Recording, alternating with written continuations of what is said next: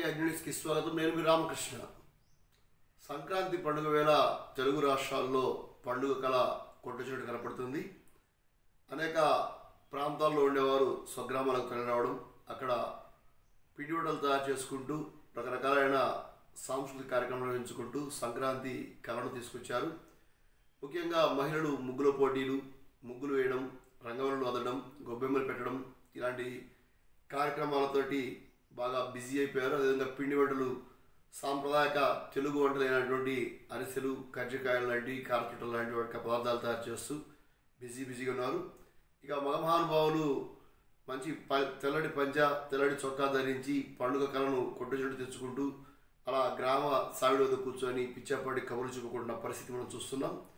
పోలీసులు గత కొన్ని రోజులుగా అసాంఘిక కార్యకలాపాలకు పండుగను వెలుగు చేస్తే కఠినమైన చర్యలు తీసుకుంటామని హెచ్చరిస్తున్న నేపథ్యంలో కోడి పందాలు ఇటువంటి ఏదైతే చట్టవిరుద్ధమైన ఆటలు ఉన్నాయో అవి పర్టికులర్గా ప్రకాశం జిల్లా, అదేవిధంగా గుంటూరు, ఈ నెల్లూరు ప్రాంతాల్లో ఎక్కడ కనిపించడం లేదు. అయితే గోదావరి జిల్లాలో మాత్రం ఇక్కడ కనిపిస్తున్న దృశ్యాలను గమనిస్తుంటే అక్కడ అధికారికంగానే కాస్త వెసులుబాటు ఇచ్చినట్టు అర్థం చేసుకోవచ్చు. మంత్రులు, ఎమ్మెల్యేలు, డిప్యూటీ స్పీకర్లు ఇలాంటి వాళ్ళు కూడా డైరెక్ట్గా గేమ్లో ఉండి అక్కడ కోడి పందాలు ఆడిస్తున్న పరిస్థితి మనం చూస్తున్నాం.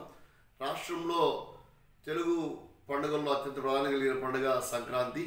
పంటలు ఇంటికి వచ్చే పండుగ కాబట్టి ఇక్కడ కొత్త బియ్యం, అప్పుడే పంట వచ్చిన బియ్యంతో అరిసెలు చేయడం, ఆ బియ్యంతో పాయసం చేసి నైవేద్యం పెట్టడం ఇలాంటి కార్యక్రమాలు, అదేవిధంగా కోడి పందాలు, కొత్త అల్లులతోటి అద్భుతంగా గ్రామాల్లో పండుగ కనిపిస్తుంది.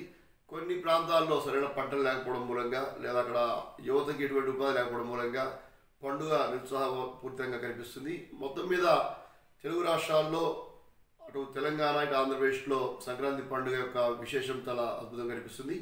హైదరాబాదు నాటి నగరంలో ఉండే ఆంధ్ర ప్రాంతం వాళ్ళందరూ కూడా 2 రోజుల ముందుగానే స్వగ్రామాలకు చేరుకున్నారు. దీంతో బస్సులు, రైళ్లు కికిరిసిపోయాయి, టికెట్ ధరలు పెరిగినాయి. టికెట్ ధరలు పెరిగినప్పటికీ సొంతూరుకి రావాలనే ఆలోచనతో ఇక్కడ ఏడాదిలో ఒకసారి వచ్చే చాలామంది సంక్రాంతికి ఎట్టి పరిస్థితుల్లో ఇంటికి రావాలనే ఆలోచనతో ప్రత్యేకంగా వాహనాలు సమకూర్చుకోవడం, లేదా కొంతమంది బైకుల మీద రావడం, కొంతమంది అధిక ధరకు టికెట్ తీసుకొని రావడం ఇవన్నీ కూడా జరిగాయి. మొత్తానికి గ్రామాల్లో, పల్లెల్లో సంక్రాంతి యొక్క కళ ఉట్టిపడుతుంది. సంక్రాంతి సందర్భంగా పలు దేవాలయాల్లో ప్రత్యేక పూజా కార్యక్రమాలు, అదేవిధంగా ఇంటి ముంగిట్లో రంగవల్లులు, సాంస్కృతిక కార్యక్రమాలు, ముగ్గుల పోటీలు, పాట కచేరీలు ఇట్లా రకరకాల కార్యక్రమాలు చేపట్టారు. తెలుగు లోగిలన్నీ కూడా సంక్రాంతి కళతో వర్ధిల్లుతున్నాయి. ఈ పండుగ సందర్భంగా అగ్ని వీక్షకులకు, అగ్ని ప్రకటనకర్తలకు, అగ్ని పాఠకులకు అందరూ కూడా అగ్ని యాజమాన్యం సంక్రాంతి కనుమ శుభాకాంక్షలు తెలియజేస్తుంది. Thank you for watching RK Agni news.